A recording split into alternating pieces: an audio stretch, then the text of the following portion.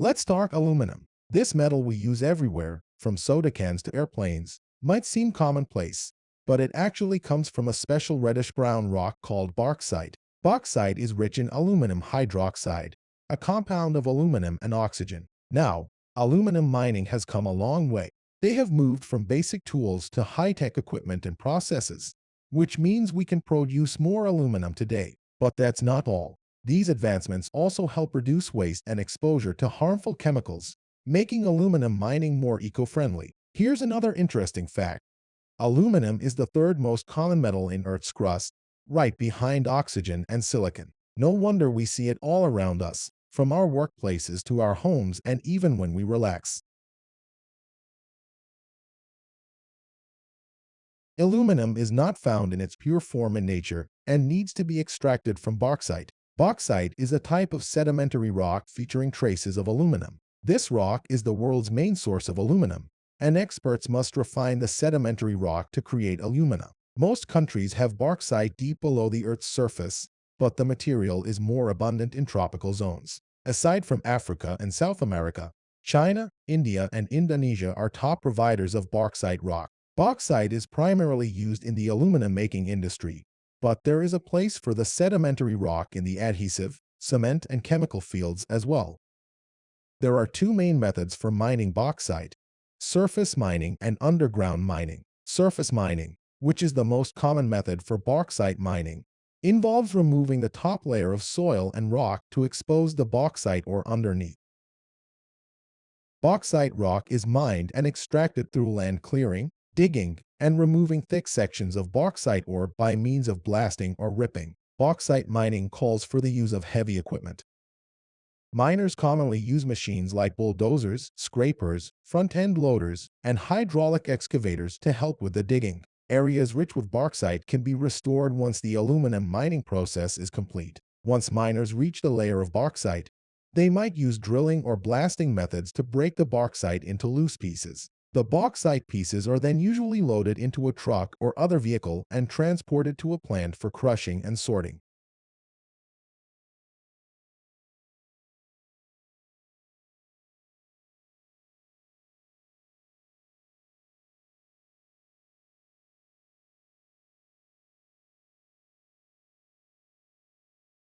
Some forms of bauxite require miners to clean and dry the materials before shipping them to refineries. In these scenarios, clay is removed from the bauxite and the materials are placed into kilns. Most alumina refineries are located near the mines to streamline transportation.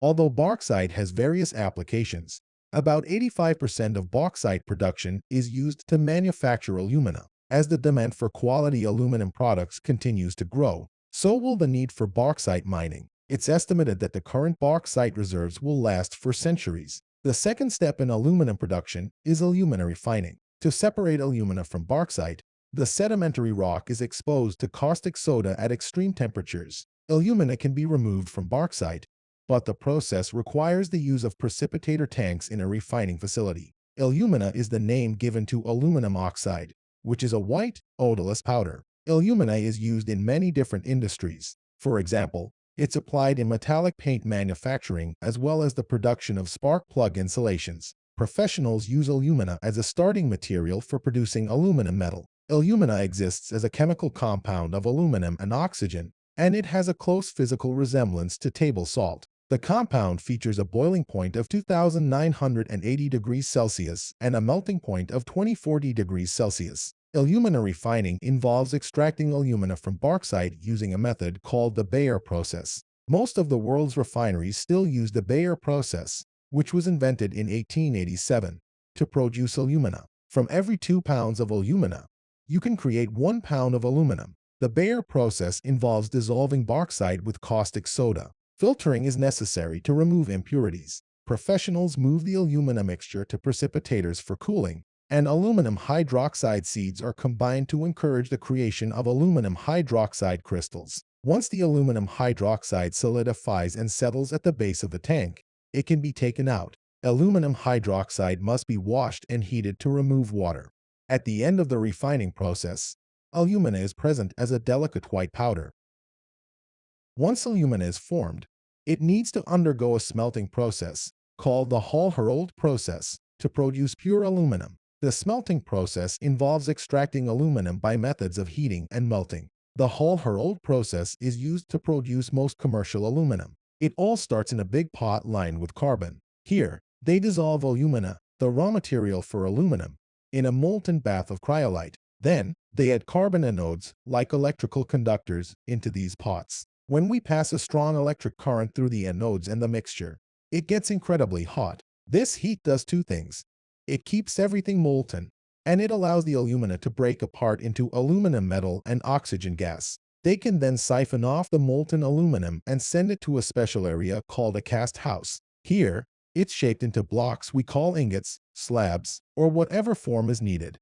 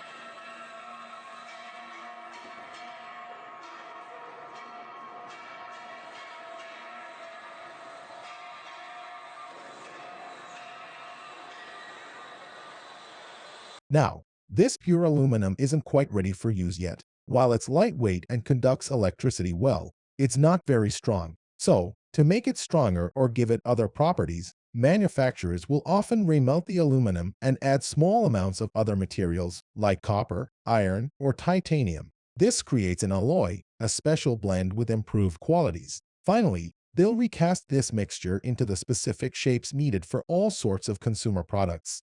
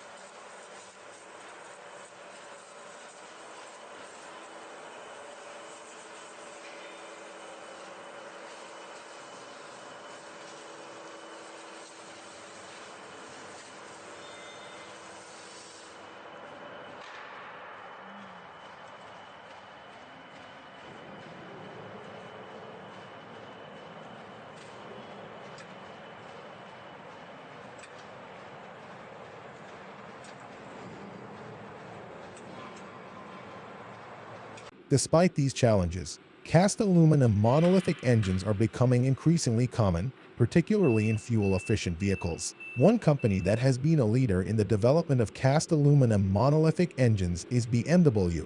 BMW's Alucil technology is a specific type of cast aluminum engine block that uses a special alloy with a high silicon content. The silicon helps to improve the strength and wear resistance of the aluminum.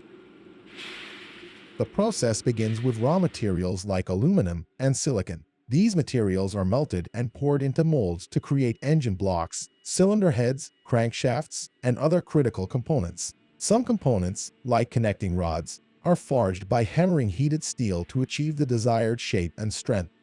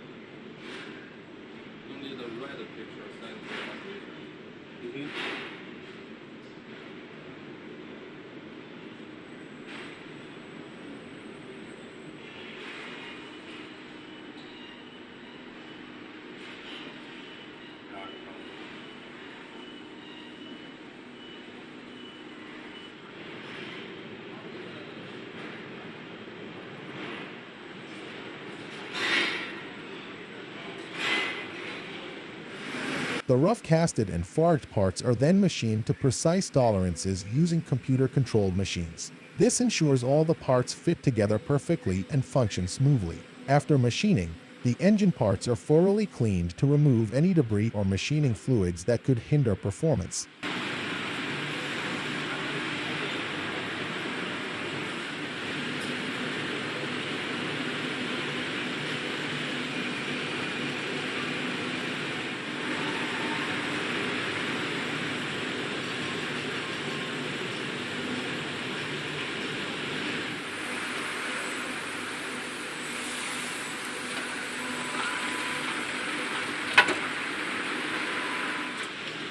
The cleaned components are meticulously assembled on a production line. Engines may go through various testing stations along the assembly line to ensure they meet performance and quality standards.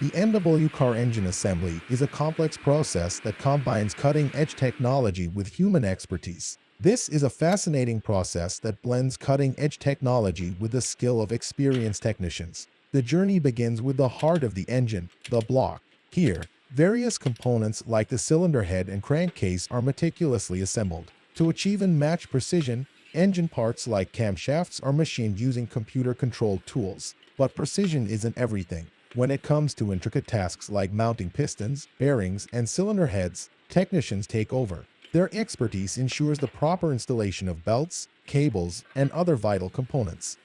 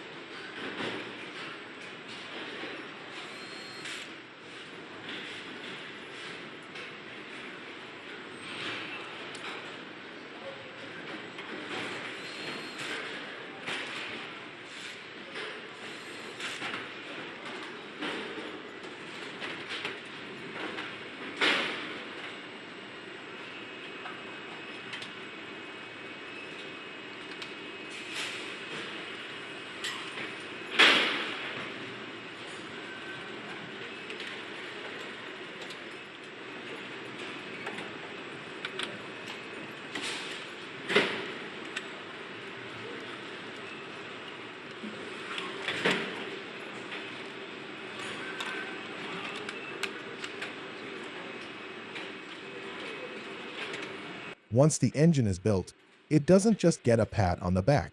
It undergoes rigorous testing on dynamometers, machines that mimic real-world driving conditions. This is crucial to identify any performance issues or leaks before the engine finds its home in a BMW. Finally, after passing these tests with flying colors, the engine is filled with oil and coolant and meticulously inspected one last time. Only then can they be sure it's ready to deliver the signature BMW performance.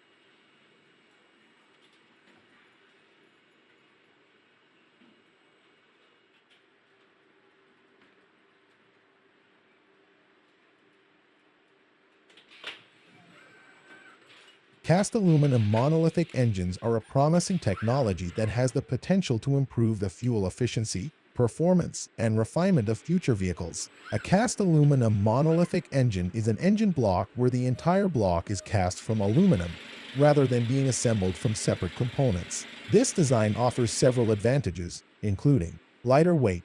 Aluminum is significantly lighter than cast iron, the traditional material for engine blocks. This can improve fuel efficiency and handling. Improved cooling. Aluminum conducts heat better than cast iron, which can help to keep the engine cooler. Reduced NVH, noise, vibration, and harshness. Aluminum is a more rigid material than cast iron, which can help to reduce noise and vibration.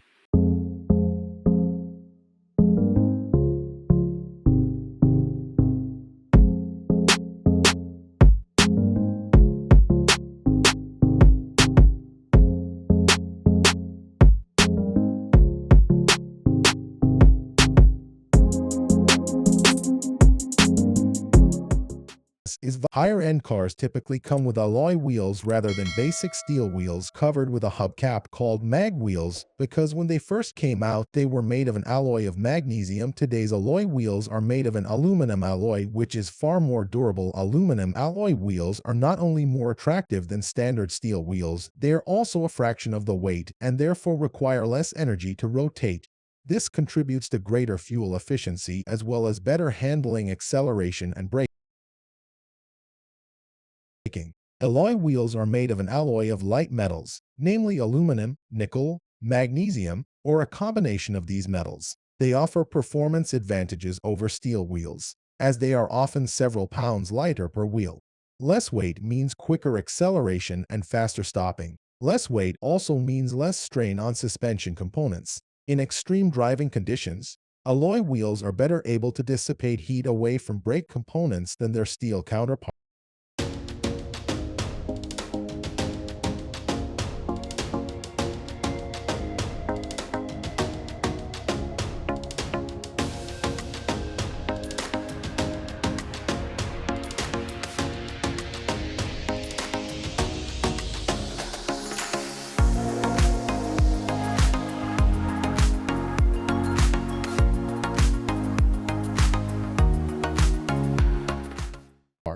Manufacturing them begins with high-grade aluminum alloy containing 97% aluminum. A furnace heats the ingots to 750 degrees Celsius. They liquefy in about 25 minutes. The molten aluminum then flows directly into the mixer, in which they inject argon gas, which allows them to remove the hydrogen.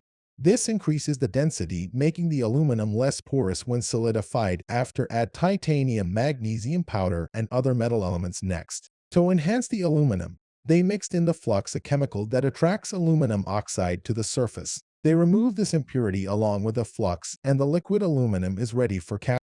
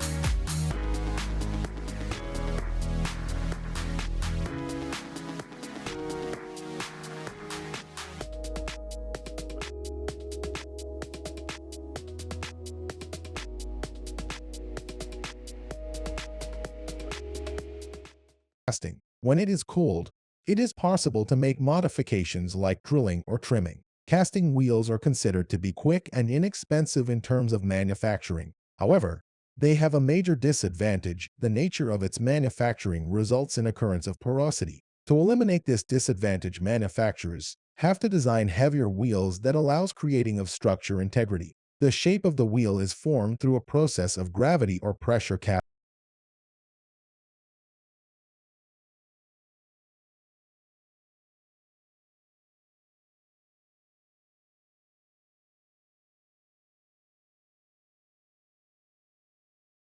Takes 3 to 4 weeks to produce a mold. Computer simulations check the flow and temperature of the liquid aluminum, factors critical for preventing casting defects. The casting machine is designed to fill the mold from the bottom by pressurized injection. Injecting upward through the bottom rather than pouring downward into the top reduces the risk of air bubbles, which cause defects. Right before casting, the molten metal flows through a filter sheet made of high-temperature resistant ceramic.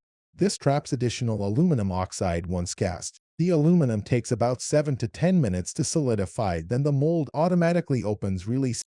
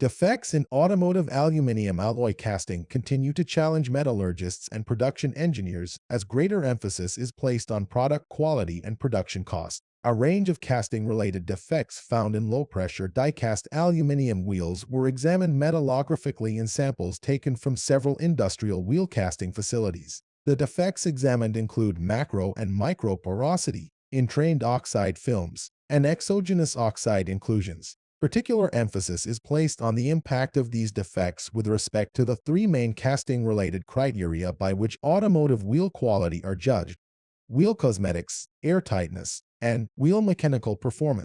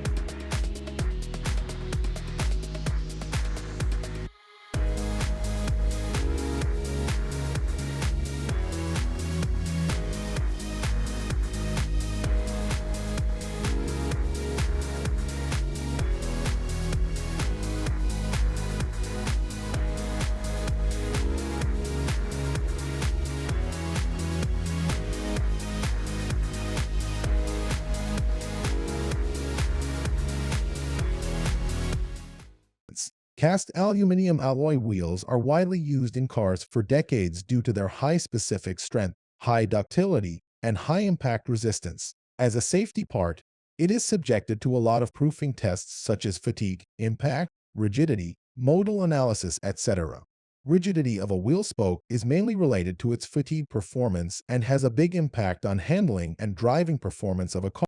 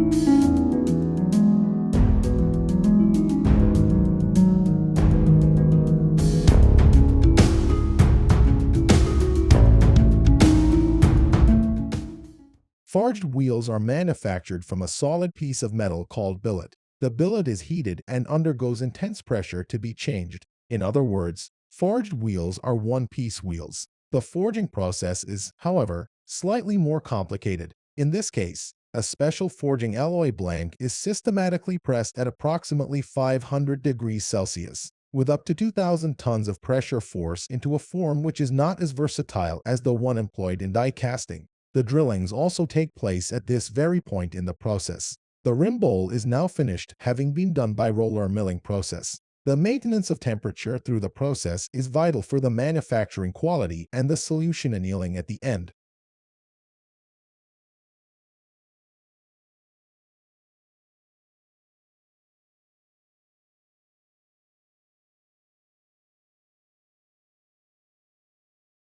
A silver removal treatment called burnishing then follows along with another round of spray painting, and this is quite similar to the die cast rim production. The lower weight through less wall thickness is decisive and moreover increases the rigidity. Forged wheels are stronger because of grain refinement due to thermal cycle and process of deformation. Consistent forging allows achieving the same structural integrity with less material in comparison to cast wheels. However, considering the price of equipment needed to manufacture forged wheels, this type of wheels is more expensive than cast wheels.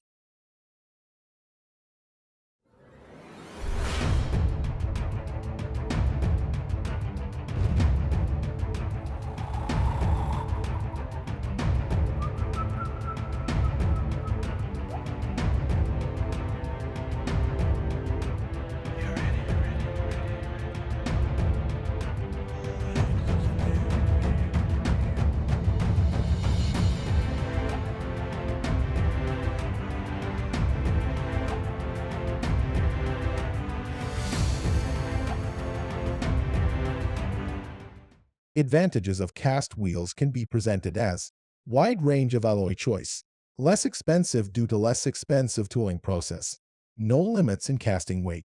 It is easy to produce complicated parts. Advantages of forged wheels can be presented as better performance and handle due to forging process. The manufacturing process excludes occurrence of cavities, porosity, and shrinkage. Mechanically stronger wheels because of tight grain structure. It also ensures better wear resistance. The produced alloy wheels are entered to the heat treatment process to increase strength of parts. The wheels are heated to the 500 degrees C and then entered to the 80 degrees C water for quenching to increase the strength and stability of metals. Next, the machining operations are used to create accurate wheel alloys. Produced wheel alloys is then controlled by using the CMM machines to obtain the dimensions of the produced parts.